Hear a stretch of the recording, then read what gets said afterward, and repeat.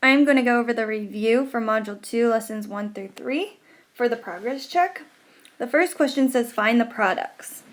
So you're going to look for your base numbers, and my base numbers here is 17 and 2. So you're going to do 17 times 2, and you can do that over to the side if it helps you. 2 times 7 is 14, carry the 1. 2 times 1 is 2, plus 1 is 3, and you get 34. Then you're going to look at how many zeros you have. We had 1, 2, 3.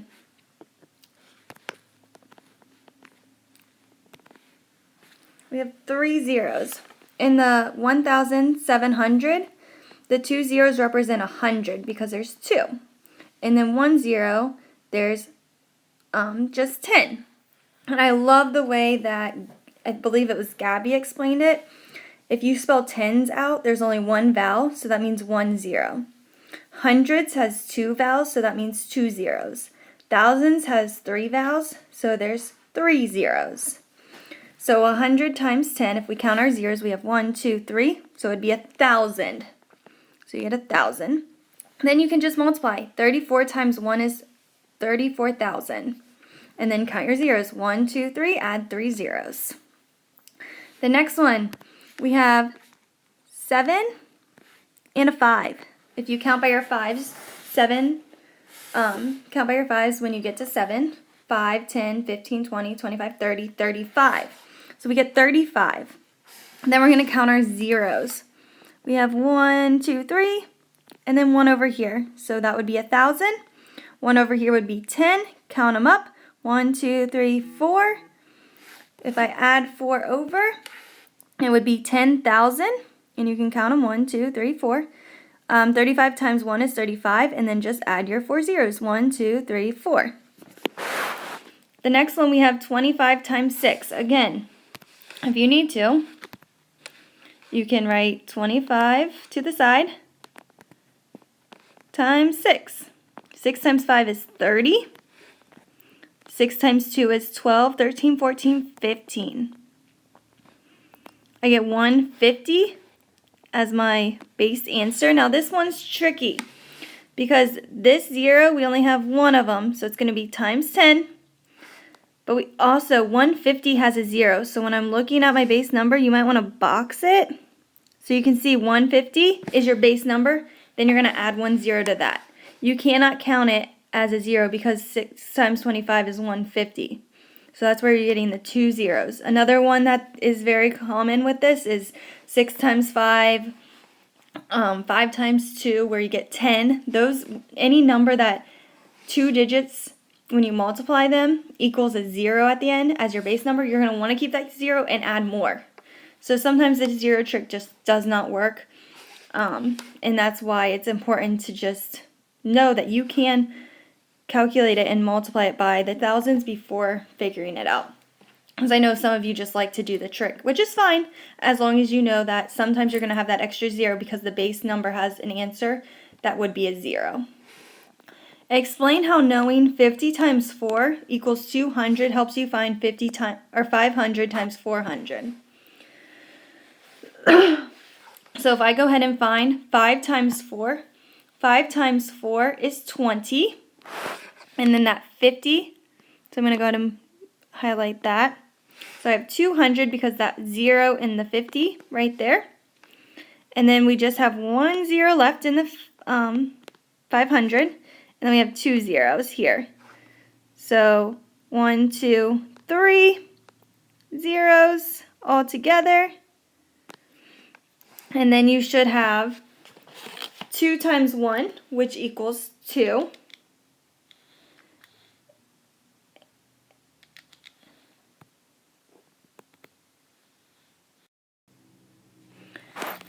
And so then if we're using 50 times 4 is 200, we know that 5 times 4 is 20, so I'm going to try to box that.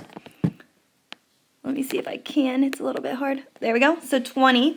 And then we're just going to add 1 0 to the end. If we're looking at 500 times 40, they added 3 more zeros. So 5 times 4, we get 20.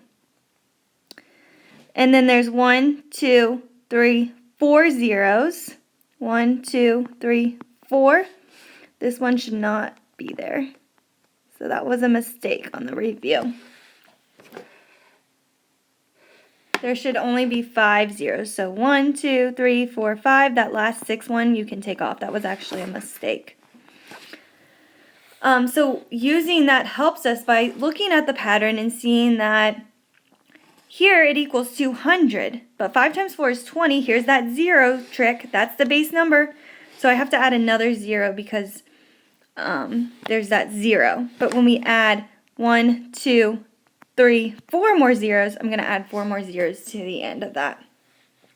So that does kind of help. And then we're going to go to the next section, which is round the factors and estimate the products. You guys were doing awesome with this in class. Again, remember what Gabby said. If it says 10, there's 1 vowel, so it's 1 0. Hundreds, there's 2 vowels, so 2 zeros. Thousands, there's 3 vowels, so there's 3 zeros. I just love that. So awesome job, Gabby. So if we look at the first number, you're going to round it to the, when it just says round the factors and estimate the products, you always want to do the largest place value. And the largest place value doesn't necessarily mean the highest number. The highest place value is the digit that is in the highest place value. So if we look at the 754, if I would to write that in unit form, I'm going to go ahead and do that. I would have 750 and 4. Which one's the greatest? The 700 is the greatest.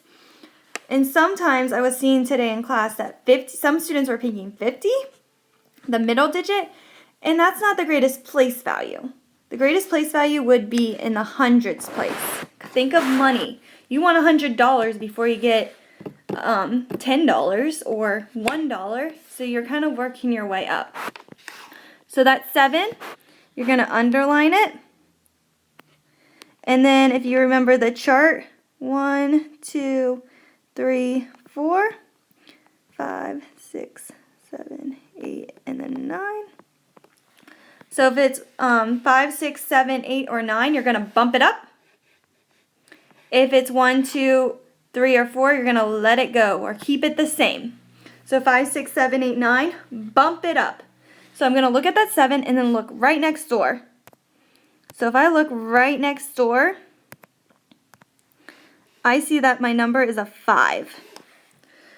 And that means I'm going to bump it up because 5 is higher than 4, so I'm going to bump it up. So 7 is going to become an 8. So now I have 800. My 1 right here, 109. Again, looking at the highest place value, so I'm looking at the 1 is down here. The 0 is actually right here. So I'm going to keep it the same or let it go. So I have 800 times 100. So 8 times 1 is 8.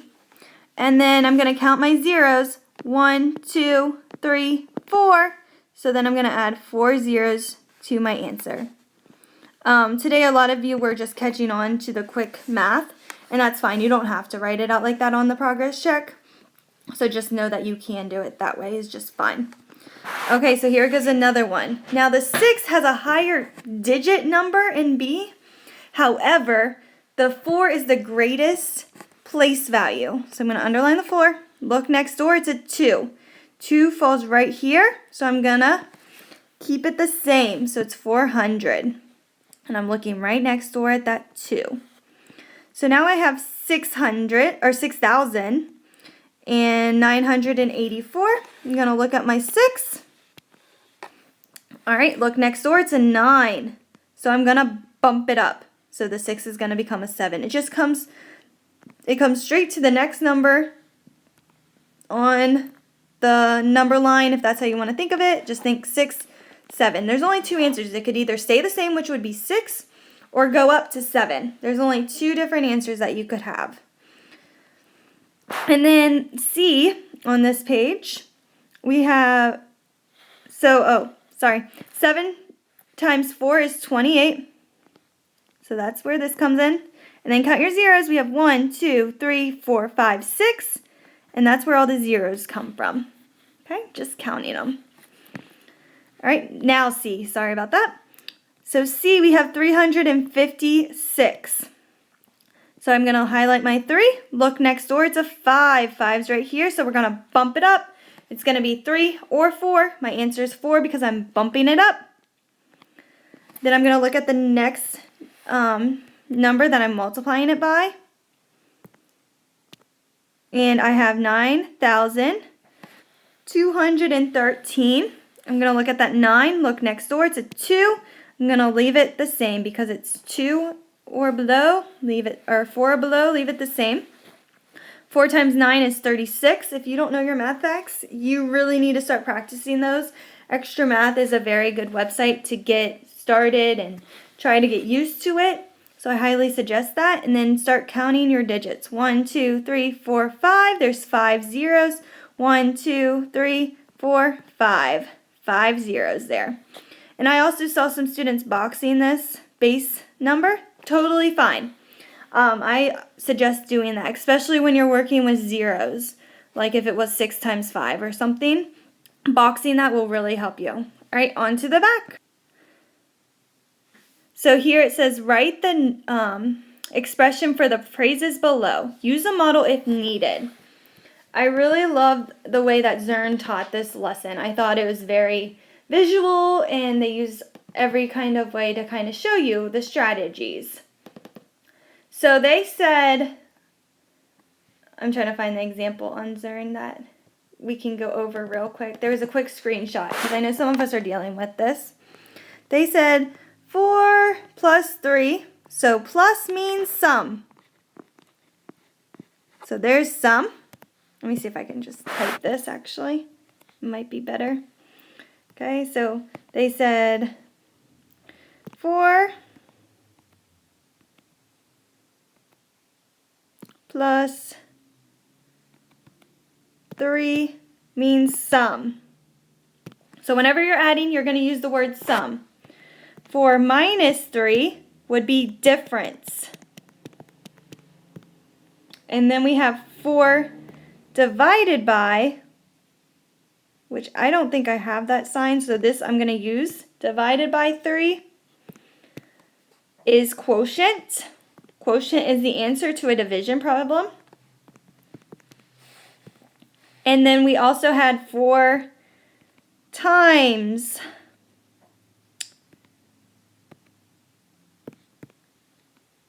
three, and that's product. Product is the answer to a multiplication problem. So if we quickly go over this, oh, it didn't get my product. Plus sum. Sum is the answer to an addition problem. Difference is the answer to a subtraction problem. Quotient is the answer to a division problem. And then product is the answer to a multiplication problem, which that one did not get on there. Just so we know. Okay, so this one says 8 times the sum of 16 and 7. Sum, I'm going to put it in purple, means add. So we're going to be adding something. In times, I'm going to put in pink. I'm going to highlight it down here just since it didn't pop up. It's going to be pink. So we're going to be doing some different stuff. So sum means the answer to a addition problem. So whenever I see sum, I'm probably going to think parentheses.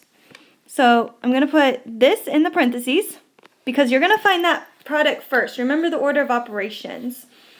Please excuse my dear Aunt Sally. Parentheses, exponents, multiplication or division, add or subtract. So that is really going to help us when we're solving these different problems, especially when we're using expressions. And then we're going to just do the 8 times. So 8 times the sum of 16 plus 7 looks just like that. All right, we have times again. So I'm going to highlight it in pink. And it also might help if you write the multiplication sign above it. Ooh, now we have difference. I'm going to do difference in yellow. Difference means subtract, the answer to a subtraction problem. And now they're giving us decimal numbers because we just learned how to add and subtract those. And multiply and divide. So I want the difference between these two numbers. So that means I'm going to be subtracting those two numbers. And that's going to go in parentheses because difference, think parentheses. It's the answer to a subtraction problem. Times means we're going to multiply. So I'm going to be multiplying that answer to the subtraction problem. And then I'm going to times it. So just remember those keywords: sum, difference, quotient, product. There's a bunch more that we made in our foldable, so reference back to that. But I think those are the 4 main ones. And also times is a huge one that they use. But as long as you know those 4 main ones, you should be fine for tomorrow's progress check. Number 5, compare the two expressions using less than, greater than, or equal to. This one, you don't even have to solve it. All they want you to do is kind of look at the problem and just decide what to do. So here we have 40 plus 3 times 30. And then we have 20 plus 4 times 60. Well, let's go ahead and just quickly add our 40 plus 3. 40 plus 3 is 43. That we can do in our head. 40 plus 3 is really easy to add. And then just bring down your 30. You don't even have to solve from here. Then the next one, you can go ahead and add 20 plus 4, which is 24. And then just bring down your 16. So looking at this, 30 times 43 is greater than 24 times 16. You're going to get a bigger number just by knowing that 30 and 43 is bigger than 24 and 16. So that one is greater than. I hope this review overview helped. Make sure you comment on Google Classroom so I know who did the review. Have a great night.